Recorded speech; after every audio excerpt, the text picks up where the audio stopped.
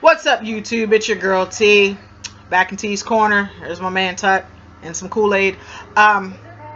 Today's rant is racism and inequality, and I know that's about so many different things that I could talk about, but I'm only going to hit on a couple of points, things that have affected me within the last 72 hours. First and foremost is the Josh Brown situation. I have been a Baltimore Ravens fan since 1996 when they initially came into the league during expansion. I also a Ray Rice fan. I do not condone abuse or domestic violence or any of those things, no matter whether the perpetrator is male or female. I don't agree with it. You don't put your hands on anybody unless they put their hands on you. However, I also don't believe in discrimination. If, as a female, I would smack another female in the mouth for spitting on me, I would smack another male, or smack a male. Same thing, equal opportunity. So I personally feel like if Ray Rice's fiance or wife or whatever she is got into an argument with him, and in the heat of that argument spit on him, and he knocked her ass out, he was well within his right. That's how I personally feel. I mean, I respect others who don't agree. I don't care. It ain't gonna change how I feel. Somebody spit on you, you can knock them the hell out. And you're like, okay, spitting to knocking somebody out, that's a bit drastic. No, it's not. And I'm gonna tell you why I say that. My grandmother, good Christian church-going woman, God rest her soul. If it was nothing that really turned her out more than anything, it was spitting. And I don't care if it was, I got to spit cold or mucus up. If you don't go in the bathroom and handle that privately, you're going to have a problem with her. Because not spitting on the sidewalk, none of that. My grandmother did not play about spitting. It's like the most disgusting, disrespectful thing you can do.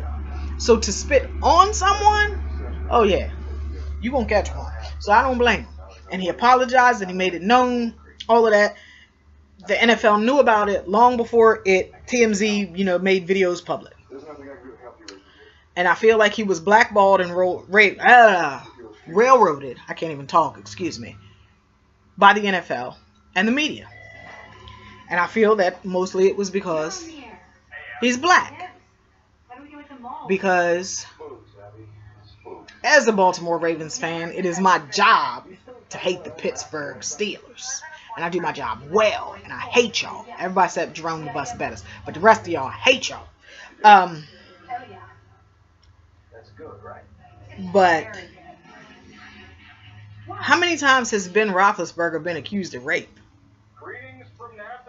I don't know if he did it. I don't know, but I don't think that, justice hasn't been served because he would have never tried, I don't think. I could be wrong, but I don't think he was. I don't think anything ever came too far past the allegations.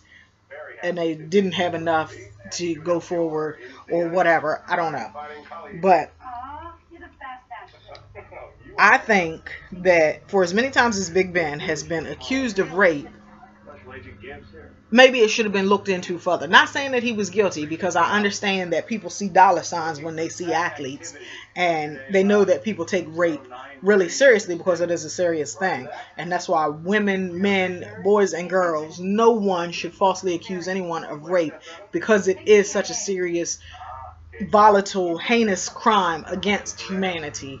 And if you do that, and it's not true, that's not something that people can easily bounce back from. Because forever, Ben Roethlisberger in my mind will be Ben Rapisberger, because I think he's a rapist because the allegations have come up so many times. But nothing's been done. Now, Ray Rice's fiance or wife, I'm not sure which she is. I think it was like fiance then wife now, or whatever. But she didn't press any charges. She didn't forgive him. They've moved on with their life. But you've taken this man's livelihood because it made your brand look bad. And in an industry where brand is important, I understand that.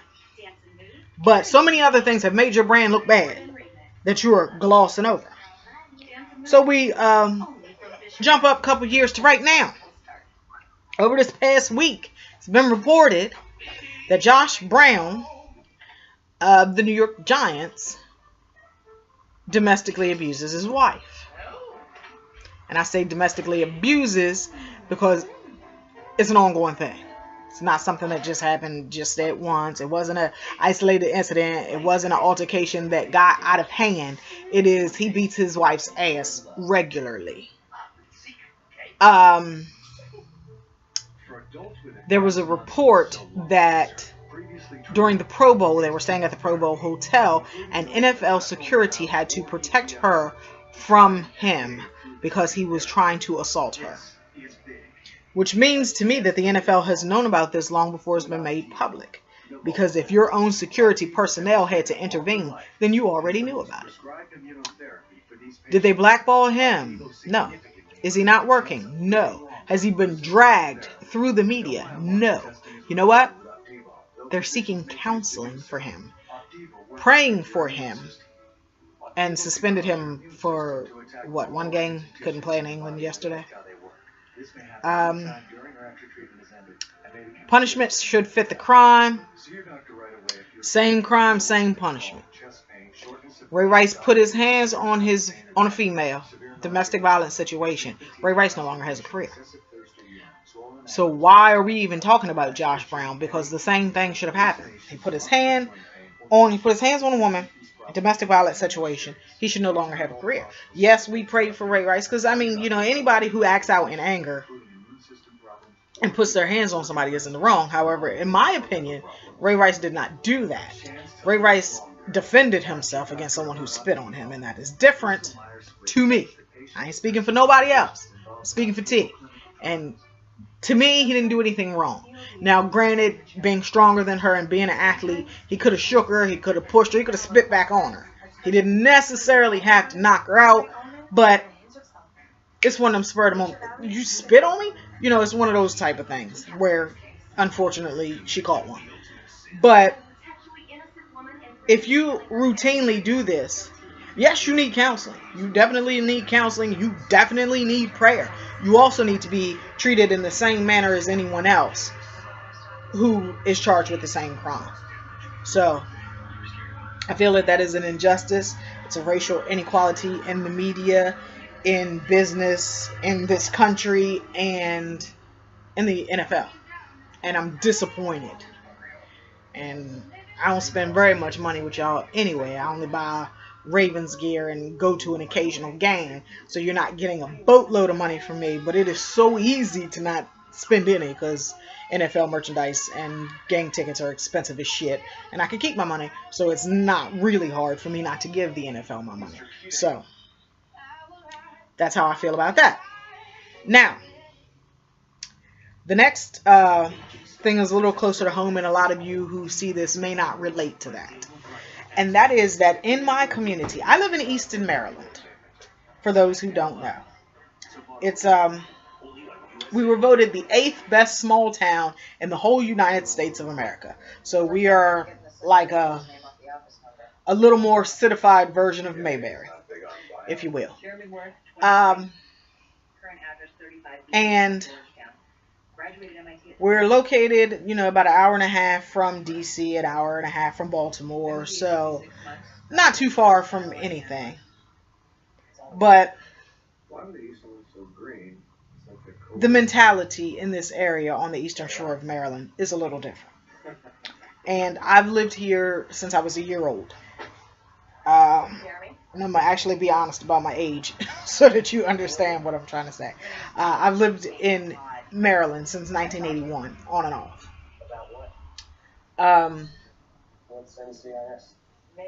And I was probably not even one because I think my mom says I had my first birthday party here in Maryland. I was born in Virginia, so still not too far away.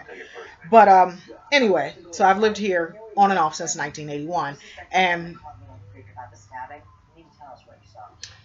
trying to think how to say it, because it's not like it's outright racial tension all the time. It's not I hate niggers, I hate minorities, go back to Africa directly in your face. It's more that subtle smile in your face and then hang you in the dark when nobody's looking type thing. And there's a place called Tillman Island, not far from me, about 15-20 minutes. And my entire life, I've never been there. I'm 36 years old. I've never been to Tillman Island, Maryland, which is 15-20 minutes away from me. Because as a child, you were told black people do not go to Tillman Island. If they do, they definitely don't stay there after dark. So I've never been. I was in a marching band in middle school and high school. Our marching band was actually asked to participate in a parade on Tillman Island. Our coordinators and parents decided not to because of the stigma of racism that is associated with that area. And I'm saying that to say that I want you to understand the mentality of some, not all, definitely not all, but some of the citizens in this area. And it's kind of something that you would think is common. And it's not really common. It's a lot. There are some in-your-face bigots, but then there are some everywhere. It's a lot more behind closed doors bigotry around these areas. But it comes out in things that you would not expect. One of the things is the movies that show in our theater. Now, I don't know if anybody knows anything about Cambridge, Maryland, but I live about 30 minutes from Cambridge, Maryland. And Cambridge, Maryland is famous for H. Rat Brown and the riots and burnings in the 60s. Not a good thing to be famous for, but they were making a statement and they were fed up and tired like we are now.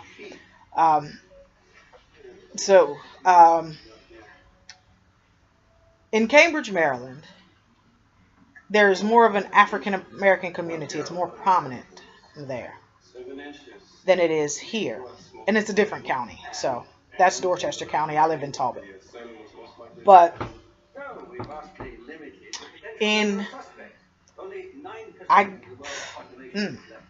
if I can actually think, I'd probably say all the time, but I was probably a teenager before I ever noticed it or thought about it. We don't get movies that cater to an African American audience in my town. And we haven't, like I said, probably for always, and I just never noticed it until I was a teenager in the 90s. If we wanted to see a movie that was released that catered to an African American audience, or not even that catered to an African American audience, because I don't believe that movies do that, but if it had an African American cast, a majority of African American cast, and they had not become crossover entertainers, then that movie will not show here.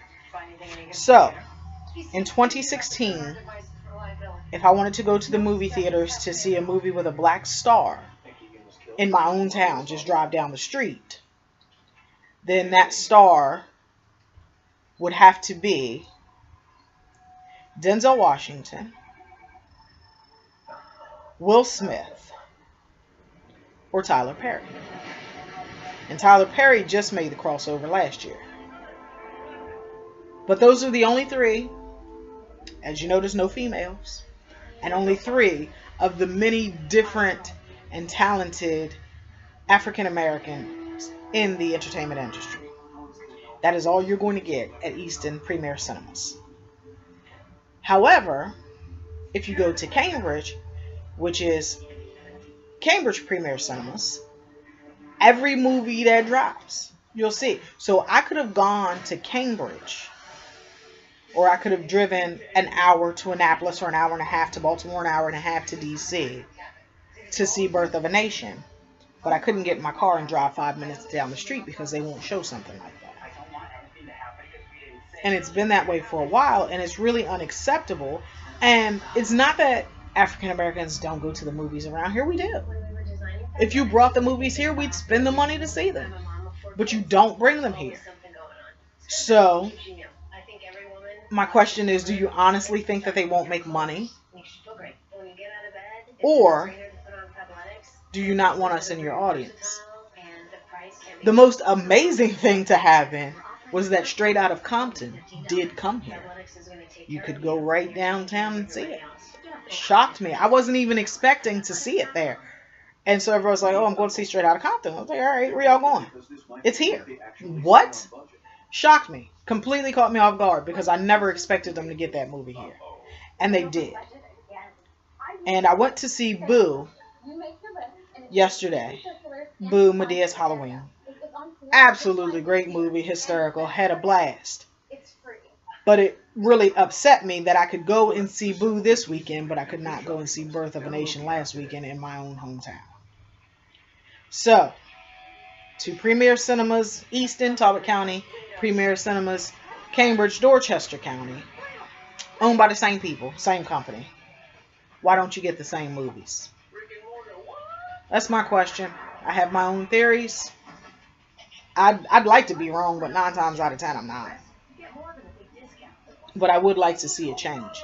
And I saw somebody posted that on Facebook. One of my friends from high school made a post similar to what I'm saying right now on Facebook.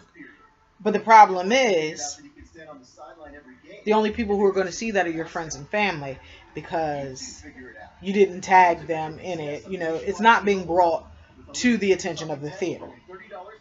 I tried to go on to the theater personally on Twitter and pose this same question, but for some reason, neither of the Premier Cinema theaters in my area, Dorchester County or Talbot County, have a Twitter page.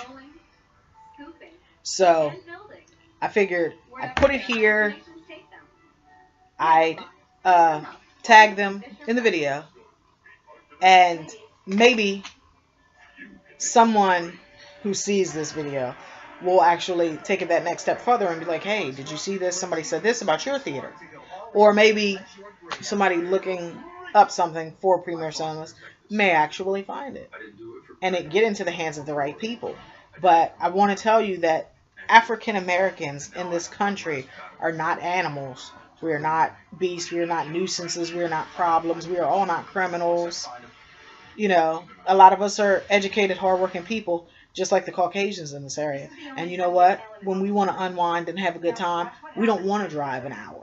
We don't want to drive to Salisbury. We don't want to drive to Annapolis. We don't want to drive to Baltimore or D.C. We want to stay right here at home and keep our dollars at home in the communities that we live in and see movies here that reflect our lives and see people on the screens that look like us. And it's been too long going on. First at Easton Movies 4, and now that you've expanded and become Premier Cinemas, it's still going on and it's unacceptable.